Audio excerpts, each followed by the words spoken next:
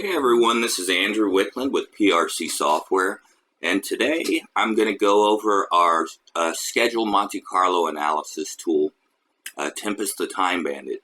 I'm not going to go over and do a full demo though. What I really want to do is show you with our redesigned tool exactly how we're different than our competitors would be relative to a schedule Monte Carlo analysis. So you're looking at the dashboards here. I'll click around a little bit so you can see. But let me speak first to the issue of pricing. This is a big one, right? Because everybody's got a budget. I previously worked for a company called PertMaster. It became Primavera Risk. At PertMaster, when I was working there, one of the things that they did was they started charging $10,000 a license plus $2,000 in maintenance, $12,000 just to get one license, and then there was $2,000 the following year. So you got annual maintenance plus the $10,000 to just get into the software, which that's a lot of money. So you're not going to be able to get 30 licenses like you might want. And it was a strategy. You want people to think they're getting a Ferrari. You want to charge them Ferrari prices, so you'll sell less licenses, but you bump that perceived value just by increasing the price through the roof, right? So that's the first thing where we're different, because instead of $12,000 to get in the door, you're looking at $2,000 per year. So we're more at the cost of maintenance. Now, a lot of the other tools, they're up and down relative to the cost of them, but most of them are quite expensive. You're looking at $5,000 to $10,000 a license for any tool out there.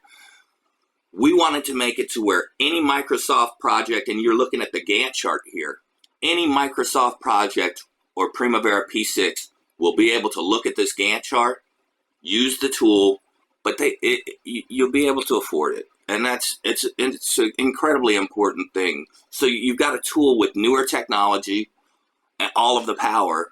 So like I said, there's other tools out there, but pricing, we've got them beat bad. That's no doubt. And we did it on purpose. We really want every scheduler to be able to do this. Schedulers or risk analysts, they should be able to get in and use a license of this. So the second thing, though, we did, and this is how I taught my training classes for 20 years, and how I did all of our online modules that people really loved, and they still go to our website for the Primavera Risk modules. We just recreated our YouTube site, and people go for that. We have a process that we go through, and the tool walks you through the process. I feel like other schedule risk tools are very, very powerful, but at the same time, even though they're powerful, they're really, really complex. It's like I gave you Microsoft Excel and said, hey, you're my accountant now. And you go, oh man, this is pretty open-ended. So what we did is create it in such a way, and I'm just going to walk you through the tool. I'm not going to do a full demo, but I want you to see kind of how the process works and why it's simpler. So first of all, you import an XCR and MPP. After you do, you select which milestones you're going to be reporting on. The reason we do that is every time you load up a dashboard, you have a drop down of these milestones or these activities. You can always add or remove them. But when I go to this dashboard over here, it's in this drop down box. So here's my reporting milestones. So after you import the file and select your milestones, these were the steps that we went through in my old training modules. First, you import, you look at an import log. Did the data match the source? So did it match the dates from P6 or from Microsoft project? So I hit the 0 difference. It shows everything lined up. We're in good shape. One of the differences in our tool is like PertMaster, for example, the lowest planning unit was 15 minutes, whereas P6 was 1 minute. So you've got a mismatch there, and that it ended up with a lot of rounding errors. So people would import, and their planning unit would be hours, P6 is by the minute. All of a sudden, you've got all these rounding errors, and you don't know why, and your data didn't match the source file. Ours does. You're not going to end up with rounding issues. The next thing is a schedule checklist. So this is like you see some people use like Acumen Fuse. There's great tools out there that do schedule checks. Ours is not like as robust as a Acumen Fuse. It's more. These are the ones you need to clear out in terms of making sure your schedule's risk ready. Things like open-ended activities and hard constraints are two of the main ones that we look at. Huge lags can be a problem. So that once we get through that, this has just a summary of the data. So you look at the import checklist, the schedule checklist, and then you test the network. And depending on, this is what we would do. You run through, you test the network. Does everything line up? Or does it align with what your expectations would be when you look at the drivers? So even though it's a dummy level of risk, you can still see, do these activities make sense for each one of these milestones? Like I said, I picked 4 milestones. If I test the network, it's going to spit out a file that has all 4 milestones and says, these are the drivers to each one. Do they make sense? And if they don't, there might be an open-ended activity or a bust in logic, things like that. Once you get through that, we would call the file risk ready. So if anything doesn't pass the smell test, you go fix it and then re-import it, redo it. Once you get there, the Gantt chart, really good Gantt charting components. I mean, it's really slick. It's really easy to use. I think people really will like this. So, you can see you've got ranges here. You got distributions, all of that.